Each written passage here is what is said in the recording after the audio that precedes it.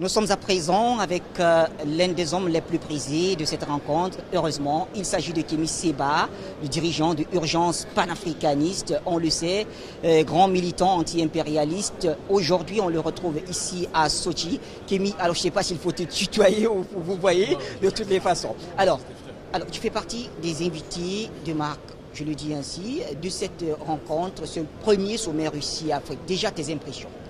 Mes impressions, c'est que tout ce qui peut nous permettre de sortir de l'escarcelle de l'Occident est positif. Lorsque nous venons en Russie, tout le monde sait que je travaille de manière rigoureuse avec les Russes comme avec d'autres pays anti-impérialistes qui luttent contre l'hégémonie occidentale dans le monde. Je travaille avec les Russes depuis maintenant environ 1 an et demi, pour ne pas dire plus. Et donc, on est dans cette démarche aujourd'hui de faire en sorte qu'il y ait un partenariat solide qui puisse se faire et une alternative crédible qui puisse se faire vis-à-vis de ce qui peut exister politiquement, économiquement avec l'Occident. La Russie a une démarche pragmatique, la Russie est dans une dynamique de souverainisme, la Russie est dans une dynamique de pousser les Africains à s'autodéterminer, c'est notre langage, c'est notre discours.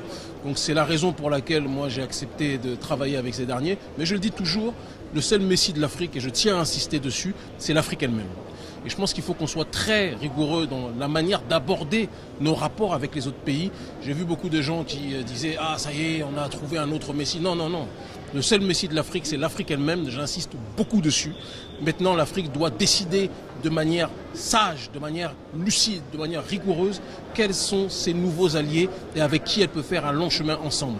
Et le but final, en réalité, c'est que l'Afrique puisse finir par se débrouiller elle-même et qu'elle n'ait plus besoin d'être systématiquement en partenariat avec les autres parce qu'on a tout sur nos sols. Mais à l'heure actuelle, pour sortir des tentacules de la pieuvre occidentale, il faut qu'on soit capable de trouver des contre-pouvoirs. Et je pense que le président Vladimir Poutine a prouvé dans le monde entier, que ce soit au Moyen-Orient, que ce soit en Amérique du Sud, qu'il est capable de pouvoir être un contre-pouvoir sérieux, solide, vis-à-vis de l'hydre impérialiste occidental. Alors, Kémy, justement, quand on rentre dans un domaine qui est le vôtre, quel est l'enjeu géopolitique d'une telle rencontre? On sait que l'Afrique, du moins ce qui est présenté de l'Afrique, on nous dit que l'Afrique ne pèse pas grand-chose sur le plan géopolitique. Qu'est-ce qu'on peut donc dire? Est-ce que ce nouveau partenariat avec la Russie va créer le déclic? Alors, on dit officiellement, ou du moins les chancelleries occidentales disent que l'Afrique ne pèse pas grand-chose géopolitiquement. Or, toutes les nations du monde se retrouvent en Afrique. Donc en réalité, tout le monde sait officieusement que l'Afrique est l'enjeu numéro 1 du monde. On parle même du Moyen-Orient, mais j'ai envie de vous dire que ce qui se passe en Afrique est même peut-être plus important ou similaire. Simplement, les Occidentaux, les oligarques occidentaux ont développé la méthodologie de la guerre sous proxy, ce qui fait qu'on a l'impression qu'on se tue les uns les autres, alors qu'en réalité, chacun est sponsorisé par telle entité occidentale contre telle entité occidentale et ils se battent. Nous, notre démarche, c'est l'autodétermination. Nous partons du principe, en nous inscrivant dans le paradigme historique, que l'Union soviétique, avant sous Khrouchtchev, a été capable de soutenir les mouvements d'autodétermination africains, même si ceux-ci ont été stoppés dans leur processus par l'effondrement du mur de Berlin et par le néocolonialisme qui, plus que jamais, a surgi. Mais aujourd'hui, Poutine a compris qu'il y a des mouvements qui résistent et donc il est dans cette démarche de soutenir tous les mouvements souverainistes dans le monde.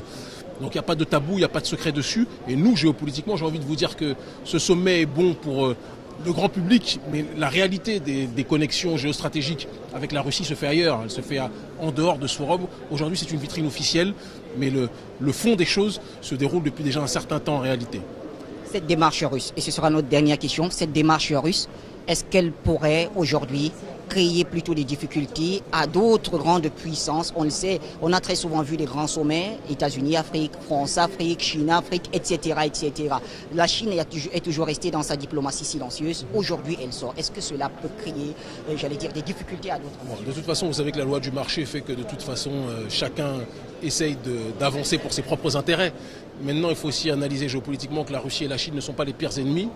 Ils peuvent être des concurrents sur un certain nombre de terrains, notamment l'Afrique, ça va être le cas d'ici très peu de temps. Mais il y a la dynamique aussi du monde multipolaire dont parle mon camarade et ami, l'intellectuel russe, conseiller des autorités russes, Alexandre Douguine, excusez-moi, et qui parle de cette nécessité que, dans cette volonté de briser l'hégémonie d'un seul bloc, que chacun puisse être capable de se donner la main pour avancer. Donc la Russie et la Chine sont concurrents sur certains aspects, mais ils ont aussi des intérêts convergents sur un certain nombre de points. Et ils préféreront favoriser les uns et les autres que favoriser l'Occident, c'est évident. Maintenant, le plus important, c'est que nous soyons capables de tirer notre épingle du jeu dessus, en comprenant qu'en politique, il n'y a pas d'amis, il n'y a que des intérêts. Donc je le redis, c'est important en guise de conclusion, Nous ne venons pas ici en Russie en pensant que les Russes sont nos messies parce qu'ils ne le seront jamais.